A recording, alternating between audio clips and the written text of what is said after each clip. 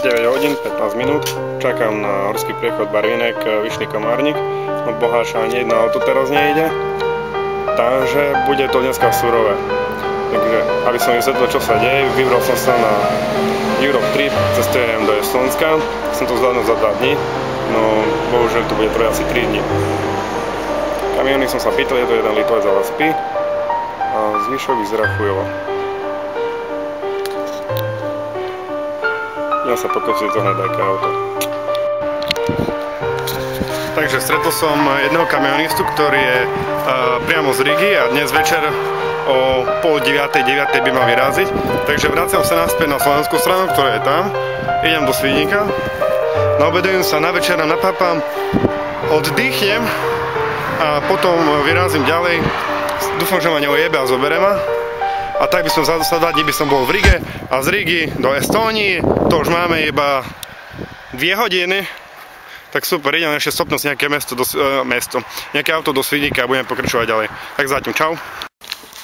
24. september, 8 hodín 20 minút a za chvíľu vyrazíme na sever, pôjdeme najprv do Poľska, potom Litva a Lotyšsko. V stredu ráno by sme mali byť cieli, ak všetko dobre pôjde. Šofér je sympatiak, dal som mu domácu hruškovicu, takže sa potešil.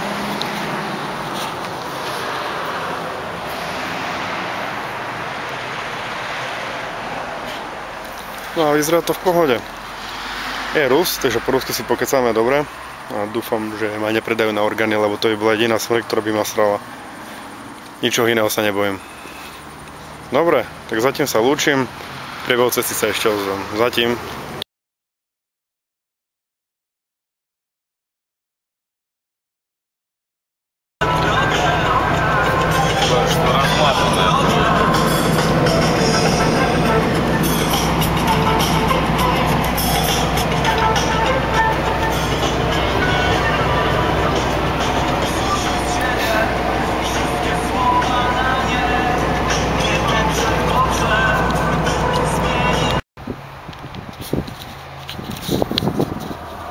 Je 12 hodín, 15 minút miestneho času, 25. august. Práve čakáme, kedy konečne môžeme zase vyraziť, lebo musíme mať povinnú prestávku, no nemusíme, on musí mať, šofér. Sme teraz v Poľsku, pri meste Białystok a dnes večer okolo 1 alebo 2 hodine by sme mali doraziť do Rigy. Takže cestovali sme celú noc, bolo to o hubu. Snažil som sa nezaspať, aby som podporoval šoféra, aby tiež nezaspal. Postavili sme sa na kolbásu poriadnu, takú masnú fajnu, so šalátom. No a dorazili sme na toto parkovisko o 6 ráno, keď sme si ustlali a ľahli. Bol taký zlatý, že som mohol prespať s ním v kabíne, on spal na poschodí, ja som spal dole. Dalo sa spať také 4 hodiny, 5 hodín.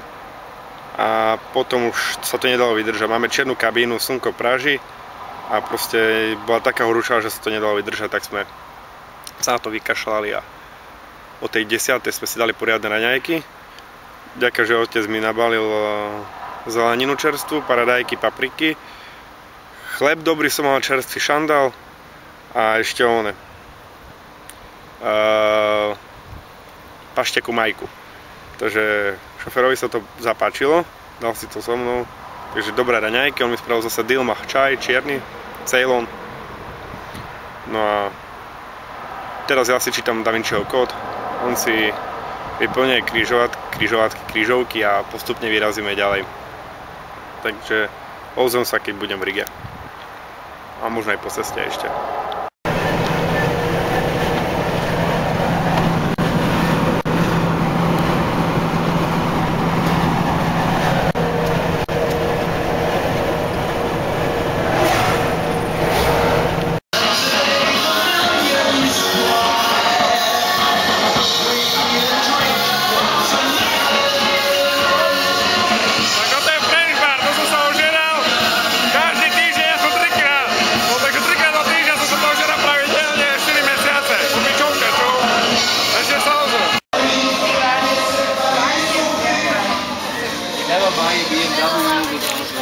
Toto je prvé miesto, kam som zavítol, volá sa to French Bar.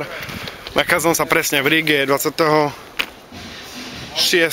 augusta 3:30 ráno. Cesta bola celkom v pohode, chytili nás policajti.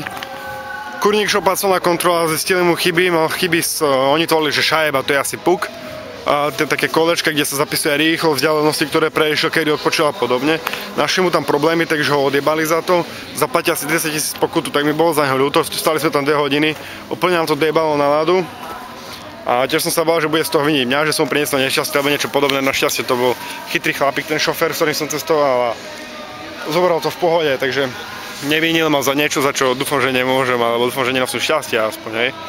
Nešťastie, chcel povedať. Som si dal trošku domáce slivovičky s barmanom.